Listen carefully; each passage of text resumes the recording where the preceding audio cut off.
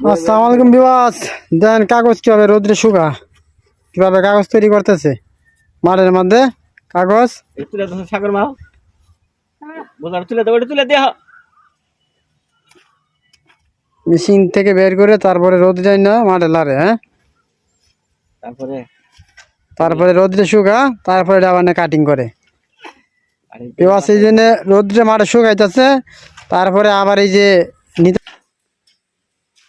তারপরে বিবাস এনে কাটিং কাটিং করে সাইজ করে।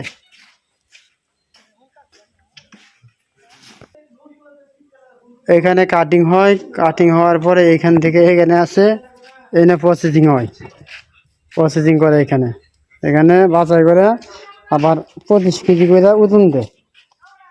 না 25 কেজি 60 গ্রাম আছে, তাহলে 10 গ্রাম বেশি আছে। এই হলো আমাদের বাসায় মেন মোহাম্মদ নয়ন আলী নয়ন খান।